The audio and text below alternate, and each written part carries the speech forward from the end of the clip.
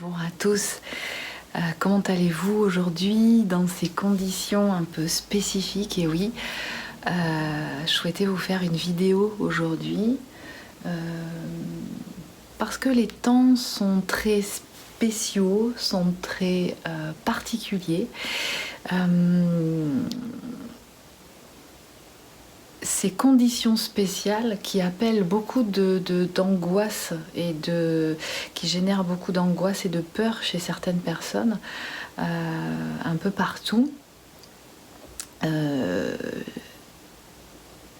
pense qu'il était important d'en parler et de voir aussi ce qui se passe, comment finalement ces conditions un peu spécifiques, un peu vraiment hors norme, comme jamais il a été expérimenté jusqu'à présent, arrive à un point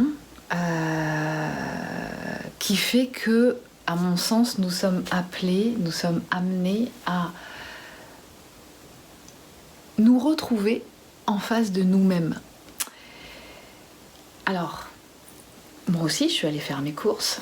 À 9h du matin, pas dans des endroits, je vais pas faire les courses dans des endroits de grosses quantités, de grosses masses, dans des gros supermarchés. Je vais plutôt faire mes courses auprès des commerçants locaux ou dans des endroits d'épicerie bio. Et ce que j'ai quand même noté par rapport à certaines zones justement qui sont plus des supermarchés de marques connues en France, c'est qu'il y a quand même un savoir-vivre qui est un petit peu plus, on va dire, moins dans la panique, un peu plus dans le respect de l'autre. Ceci dit, je me suis rendu compte quand même que déjà à 9h le matin, parce qu'effectivement moi je peux pas faire des courses n'importe quand dans la journée, j'ai quand même voilà, une petite famille derrière, des bouches à nourrir, et j'ai pu constater qu'effectivement il y avait y compris dans ces endroits-là, il y avait cette peur panique quelque part de manquer, peur du manque, peur voilà, une notion en lien avec l'abondance. La peur de se retrouver,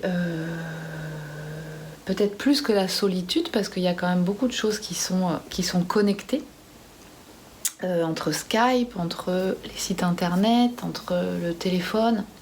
Les gens restent en contact, reliés quand même à distance les uns avec les autres. Nous sommes aujourd'hui dans un contexte qui n'est pas le même que lors de la dernière guerre mondiale, et qui fait que c'est quand même, nous sommes en lien quand même encore.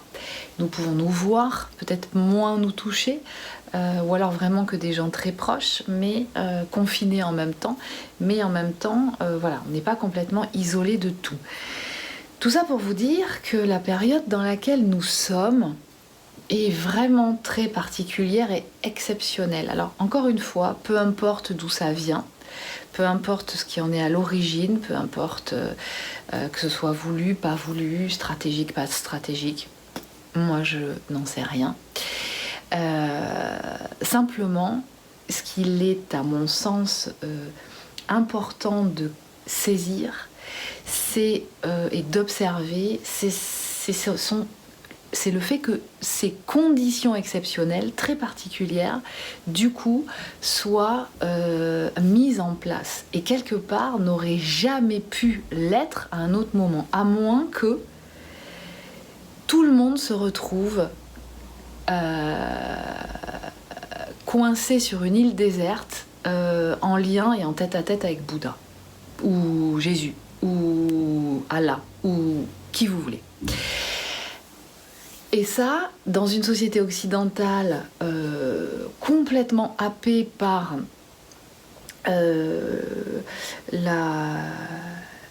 l'appât et du gain, du financier, qui ne favorise uniquement que le côté matériel, et qui du coup nous sommes arrivés à un point où quelque part l'humain, le vivant, pas que l'humain, L'humain fait partie de cette terre, mais il y a aussi le monde animal, le monde végétal, le monde minéral, aquatique. Tout ça, toute cette terre, quelque part, tout ce monde vivant est là encore. Et ne serait-ce pas tout ça une façon, moi j'en suis convaincue, vous savez, un petit croche-patte qu'on peut ressentir sur le moment comme étant très violent et très méchant et très waouh, ça fait mal, ça m'a fait tomber en plein dans mon élan, mais quelque part peut-être pour m'obliger à accéder à un autre rythme et avoir un autre rapport à moi-même et donc aux autres. Et je crois que c'est ce qui... Enfin, je suis convaincue que c'est ce qui se passe à l'heure actuelle. C'est-à-dire que toute société et tout individu, dans une phase d'évolution, a besoin, quelque part, d'un croche-patte, d'un stop, pour pouvoir lui permettre de se remettre en question, pour pouvoir se renforcer, renouveler les paradigmes sur lesquels il s'est construit, justement pour pouvoir passer à une étape supérieure. Et c'est ce qui est en train de se passer. Alors, au niveau sanitaire, donc, bon, moi je vous engage bien entendu à suivre ce qui vous est demandé de suivre. Avons-nous le choix ? Pas vraiment. Alors bien entendu, vous pouvez, c'est pareil, la sémantique qui a été utilisée, faites attention, soyez dans le discernement. On nous parle le mot de guerre sanitaire, certes, mais il y a une certaine sémantique qui est utilisée et qui va solliciter automatiquement, et ça c'est mécanique, je dirais presque, voilà, c'est, on pourrait dire, de l'hypnose, mais dans le sens négatif du terme. Je n'oserais pas utiliser ce mot d'hypnose, mais on vous envoie des messages. La télévision est un support hypnotique. Et puis après, effectivement, il y a certaines personnes qui vont nous dire, à nous, hypnologues, qu'ils ont peur de l'hypnose parce qu'ils pourraient se faire manipuler. Donc la manipulation, elle peut être partout. Ça peut être dans l'univers de la communication. Je vous en parle en connaissance de cause, j'en ai fait partie, j'ai travaillé de nombreuses années dans des grandes agences de communication à Paris, travaillé pour des grandes marques, et ça fait partie de la panoplie, on va dire, de la fiche de poste du communicant dans ces univers-là qui travaillent au service effectivement de certaines entreprises et donc qui sont inscrits dans un mode de fonctionnement économique bien particulier, d'utiliser des mots qui vont appeler à orienter les gens dans un type de comportement bien particulier qu'on attend d'eux et qui répond à un système économique d'ultra-consommation. Donc, qu'est-ce qu'on fait pour vous faire plier sur un type de comportement pour attirer votre attention dans un endroit, pour quelque part occuper votre esprit, occuper votre attention, c'est utiliser une certaine sémantique. Et vous savez que l'univers politique n'est pas, pour certains en tout cas, n'est pas exempt de ces préceptes-là. Donc la guerre, nous ne sommes pas en guerre. Nous n'avons pas de bombes qui nous tombent sur la tête. Nous avons un toit sur la tête. Nous pouvons, certes, à des moments régulés, mais nous pouvons quand même aller accéder à de la nourriture, à de quoi nourrir nos familles, à de quoi nous nourrir. Donc nous ne sommes pas en guerre. Nous ne sommes pas dans une étape de famine. Nous sommes dans un pays abondant, certes demandant une organisation exceptionnelle, ne pouvant pas accéder à notre liberté extérieure, mais je pense que ça va nous faire réfléchir, ça va nous amener à réfléchir à un certain nombre de choses. Ces conditions, peu importe, et ça pourrait être l'objet d'une discussion en parallèle, et j'aimerais bien échanger à ce sujet avec vous tous, qui est quelque chose comme une espèce de plateforme, une espèce d'univers d'échange par rapport à ça. Il est l'heure d'apporter des solutions. Et ça, j'en parle depuis de nombreux mois. Il est temps d'apporter des solutions pratiques, concrètes, pour répondre à des enjeux sociétaux, écologiques, économiques, dont nous avons besoin ici sur Terre. Et donc, on peut se poser la question de savoir, avons-nous besoin de consommer autant de nourriture ? Comme nous sommes dans un mode de fonctionnement un petit peu particulier, dont certains, pour beaucoup, restent à la maison, eh bien, est-ce que j'ai besoin de remplir mon caddie comme je le fais quand je vais faire les courses une fois par semaine pour toute la famille ? Puisque j'y vais régulièrement, tous les jours ou tous les 2-3 jours. Je peux y aller, on me donne la possibilité d'y accéder. Est-ce que je suis obligée de remplir mon caddie en prévision avec cette espèce d'angoisse et de peur du manque pour demain ? Pensez aux personnes qui ne peuvent pas, qui elles travaillent ou qui sont bloquées à la maison parce que famille monoparentale avec des enfants à garder et qui ne peuvent pas sortir faire leurs courses quand elles veulent, bien que sachant que si elles n'y vont pas à l'ouverture du magasin, il ne va pas leur rester grand-chose dans la journée.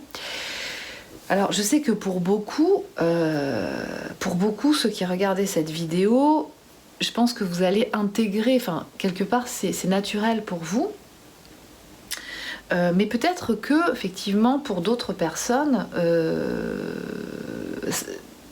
j'ose espérer, j'ose imaginer que ça puisse les faire réfléchir et qu'il puisse y avoir peut-être quelque chose, des idées, des actes solidaritaires, de solidarité, je ne sais même pas si ça existe, solidaritaire, de solidarité qui puissent se mettre en place justement par rapport à cette situation non dramatique, encore une fois, mais qui puisse justement faire en sorte que dans une période qui nous appelle à nous occuper particulièrement de nous, eh bien, on ait cette conscience aussi que d'autres puissent être dans une situation pas forcément agréable et inconfortable, et peut-être même plus que la nôtre.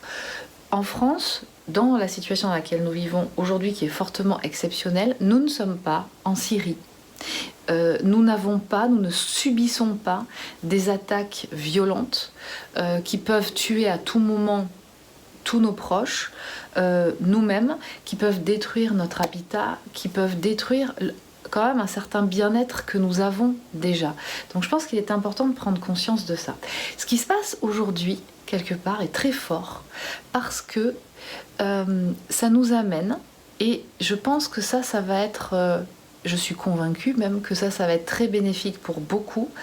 C'est l'heure de vérité, comme je vous disais dans une précédente vidéo. C'est-à-dire qu'en fait, c'est une situation dans laquelle nous allons nous retrouver en huis clos, pas dans un aspect dramatique extérieur, où encore une fois les bombes pleuvent, où je n'ai rien, absolument rien à manger dans mon frigo, avec l'impossibilité d'aller le remplir. Non, j'ai quelque part cette confort quand même extérieur qui fait que je ne suis pas dans une situation de stress excessif qui va me laisser la possibilité de me retrouver face à moi-même. Cette situation nous amène à nous retrouver en face de nous-mêmes, qu'on le veuille ou non. Ça veut dire quoi ? Ça veut dire que les personnes qui auront déjà cette conscience d'elles-mêmes, qui sentent que quelque part c'est naturel, ça fait partie, se soigner quelque part, c'est prendre soin de soi tout le temps, régulièrement, s'occuper de ces émotions, de ces mémoires négatives et des signaux que nous envoie notre corps et notre inconscient pour nous dire attention, là il y a un dossier à traiter, si tu t'en occupes pas, ça va dégénérer en pensées négatives, se cristalliser en problèmes physiques et voire éventuellement t'amener des problèmes de maladies chroniques ou d'accidents ou qui vont se cristalliser dans le corps quelque part, qui vont te pourrir la vie. Donc là on nous amène quelque part pour certains pour tous, mais je veux dire que pour ceux qui connaissent déjà, qui abordent la vie et qui prennent soin d'eux de cette façon, ça va pas être une période excessivement, vécue comme dramatique, vécue comme anxiogène et générant la peur. Par contre, ce qui va se passer, c'est que certaines personnes vont se retrouver dans l'obligation d'être face à elles-mêmes, face à la vie qu'elles ont mise en œuvre. La matérialisation des formes pensées et des informations dont elles sont détentrices. Cette situation nous amène à conscientiser que les informations que nous détenons à l'intérieur de nous sont complètement matérialisées systématiquement. Et que donc, ce qui nous entoure, que nous soyons en couple avec quelqu'un qui ne résonne plus avec nous, que nous soyons seuls parce que nous ayons décidé de choisir la raison et non pas d'écouter notre cœur, nous allons nous retrouver face à nous-mêmes avec le temps qu'il faut pour pouvoir ressentir les choses et accueillir et ne plus être dans le déni. Et ça, je parle quelque part à tout le monde, quels que soient les niveaux de conscientisation, professionnel, matériel, financier, affectif, familial, amical. Ça veut dire quoi? Ça veut dire que là, on nous donne une opportunité hallucinante, et faites attention parce que ça peut passer très vite en même temps, pour pouvoir justement faire le job.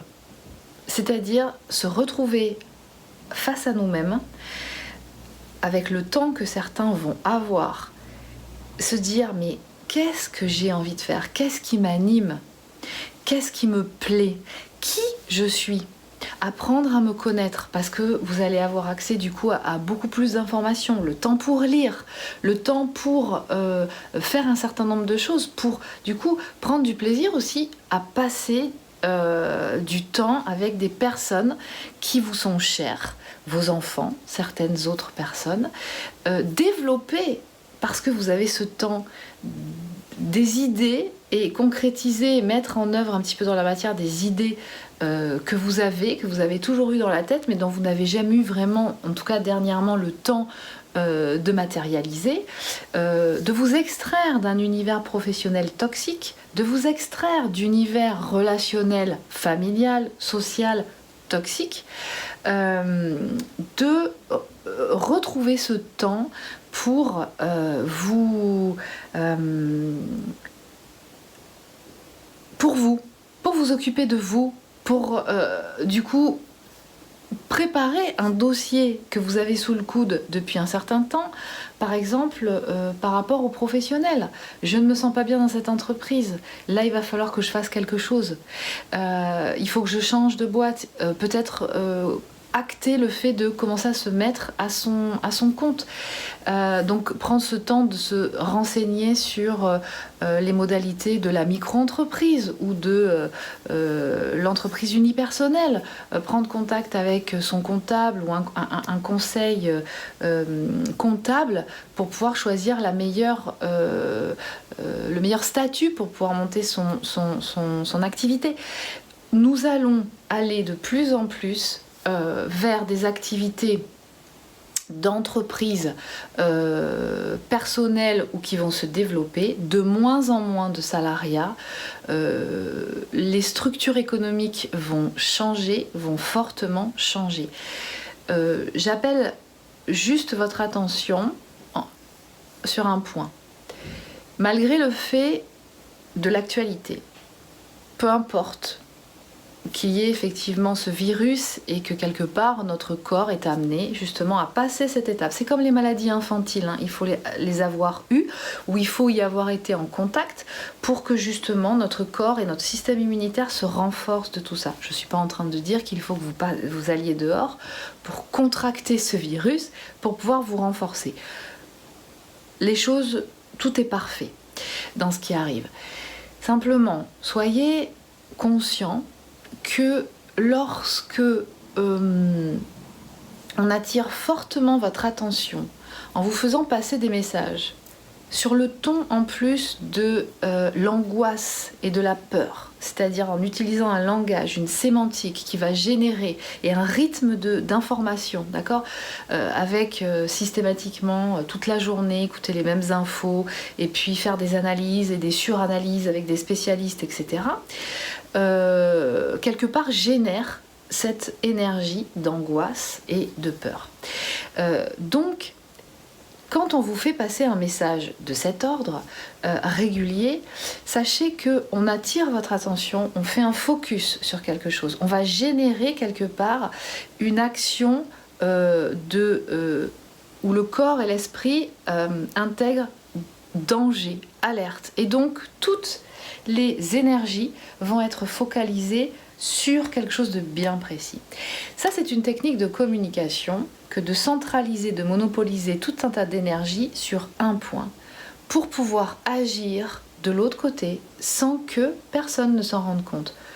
Au vu et au su de tout le monde, mais comme vous et tous les autres avez l'attention portée sur ça, vous ne voyez pas, ou même si c'est communiqué, ça passe entre les lignes ce qui se passe de l'autre côté. Et quelque chose est en train de se passer qui est en train de se remettre à niveau des anciens paradigmes de fonctionnement, au niveau notamment financier, au niveau bancaire, structure de l'économie. Donc, moi, je vous invite vraiment à travailler, à échanger sur tout ce que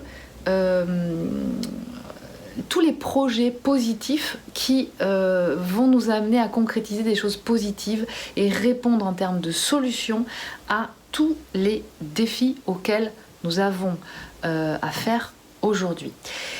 Pour vous faire comprendre très rapidement, même si je sens que je suis convaincue que vous l'aurez quand même saisi, quand vous avez affaire à des personnes, lorsque vous sortez à l'extérieur, qui ont ces réflexes de stockage, de limite se marcher les uns sur les autres et de se battre pour un pot de Nutella, vous avez affaire à des gens qui ont encore encodé en elles ces mémoires à charge émotionnelle négative en lien avec l'abondance, avec la peur du manque, avec la peur d'un certain nombre de choses.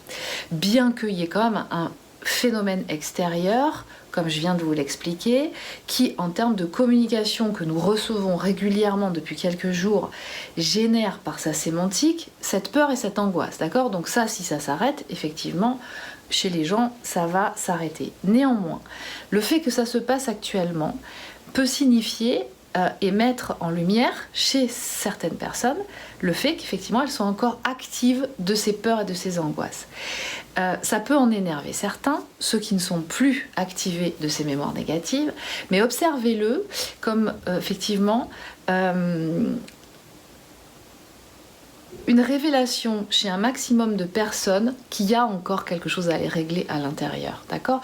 Donc ça, quelque part, laissez-le comme un scénario qui leur appartient, qui n'est pas le vôtre, mais par contre dans lequel vous pouvez intervenir régulièrement à certains moments pour vous positionner en montrant quand même qu'il y a un certain nombre de savoir-vivre à respecter en collectivité et que quelque part on ne fait pas n'importe quoi, qu'on n'est pas seul au monde, qu'il y a aussi d'autres personnes qui sont concernées au même titre qu'eux et qui ne sont pas forcément mieux favorisées et que donc il est important aussi de prendre soin ou d'imaginer quand on va faire ses courses, de prendre uniquement ce dont on a besoin pour les quelques jours qui arrivent et non pas se stocker.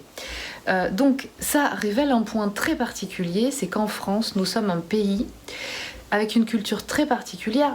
Pour avoir vécu dans un autre pays d'Europe, très proche, qui est l'Espagne, puisque j'ai des origines espagnoles, mais donc on peut pas dire que c'est l'autre bout du monde, que c'est l'Afrique, que c'est la Russie. La culture est assez proche et en même temps différente. Donc ce qui peut me permettre, étant française, de parler de la typicité du profil français, qui est très individualiste, qui est très assisté dans sa façon de prendre soin de lui, beaucoup d'assistanat en termes de support médicamenteux, qui fait que beaucoup de gens sont dans le déni. Soit on les maintient, soit ils s'y maintiennent, d'accord ? Consommation d'antidépresseurs, d'anxiolytiques, donc j'imagine que là les laboratoires pharmaceutiques effectivement vont en vendre beaucoup dans les jours qui viennent, où ça a déjà certainement commencé. Donc en fait là on va être quelque part dans cette expérimentation, vous me voyez venir avec mes gros sabots, vraiment ça va appuyer là où ça fait mal quelque part pour certaines personnes qui vont se retrouver du coup à faire la queue à la pharmacie pour avoir absolument tous leurs médicaments, qui vont se battre pour ça, et donc ça va détecter une certaine dépendance. On va mettre le doigt sur une certaine addiction quelque part. C'est une drogue autorisée, on peut dire ça comme ça. Alors, on peut avoir à certains moments besoin de certains médicaments, bien entendu. Est-ce que le fait de le faire régulièrement et d'y avoir accès régulièrement, est-ce une solution? Est-ce normal? Donc quelque part, on va nous appeler, cette situation va aussi en appeler certains, va nous appeler à consommer aussi différemment et d'aller chercher en nous les ressources que nous avons pour pouvoir pallier à la souffrance physique, à la souffrance morale. Nous avons déjà tout en nous. Donc quelque part, cette situation à laquelle nous assistons va nous amener, ou en amener certains, suivant les domaines, les secteurs dans lesquels ils sont concernés. Ils ont quelque part les devoirs à faire à la maison, quelque part, par rapport à ce qui déjà n'est pas encore équilibré en eux. Eh bien, c'est ça qui se passe. Et c'est ça que ça va amener à faire travailler. En Espagne, par exemple, il y a une solidarité, c'est-à-dire que les gens jouent le jeu. J'ai des consultants qui vivent en Espagne et qui me disent que chacun reste chez soi, les gens descendent, la police est dans la rue, mais respectueuse, tout simplement à dire, écoutez, ne restez pas longtemps, pas de regroupement dans la rue, vous pouvez descendre, vous allez faire vos courses dans les commerces de bouche, vous respectez une distance de 3 mètres de sécurité entre vous et ça se passe. Voilà. Il n'y a pas de manque, de pénurie d'alimentation. Les Espagnols sont beaucoup plus solidaires les uns des autres. Je parle de l'Espagne en connaissance de cause, mais certainement que ça aura aussi effet dans d'autres cultures. Je sais que à Cuba, dans des époques où les gens n'avaient rien du tout parce que c'était la disette, parce qu'ils avaient à peine de quoi manger. Dès que quelqu'un arrivait à avoir un poulet ou quelque chose d'exceptionnel, parce que travaillant en contact avec le tourisme ou l'extérieur qui fait qu'ils avaient pu arriver à acquérir cet objet du bonheur quelque part, eh bien en général ils le gardent pas pour eux, ils invitent leurs amis ou ils partagent avec des voisins proches ou voilà. Donc il y a cette notion là peut-être qu'il est important et qu'on va être amené à retrouver en France. Et puis eh bien je trouve pour terminer que c'est une période, je reviendrai vers vous je pense dans les jours qui viennent de toute façon, une période extraordinaire pour quelque part trouver ce temps-là, utiliser ce temps pour travailler pour vous, qui vous êtes, remettre de l'ordre dans votre vie, qu'est-ce que vous avez envie de faire. Et j'ai envie de vous partager la production d'une artiste qui m'a contactée, qui m'a parlé des chansons, des textes et de la musique qu'elle produit, qui a une très jolie voix. Et les arts, nous en avons besoin. À quoi sert l'art? Eh bien, c'est une guérison. Guérison est un outil d'élévation de l'âme. Donc nous avons besoin d'artistes, nous avons besoin de gens qui produisent des choses qui élèvent notre essence et qui est sur le chemin de Flammes Jumelles. Et donc eh bien, je vais vous partager le travail de Marianne, dont le nom artistique est Violette, en vous mettant les coordonnées de son site, de son espace SoundCloud. Et je vous invite à aller, alors il faut télécharger l'application, hein, mais c'est gratuit, c'est très facile.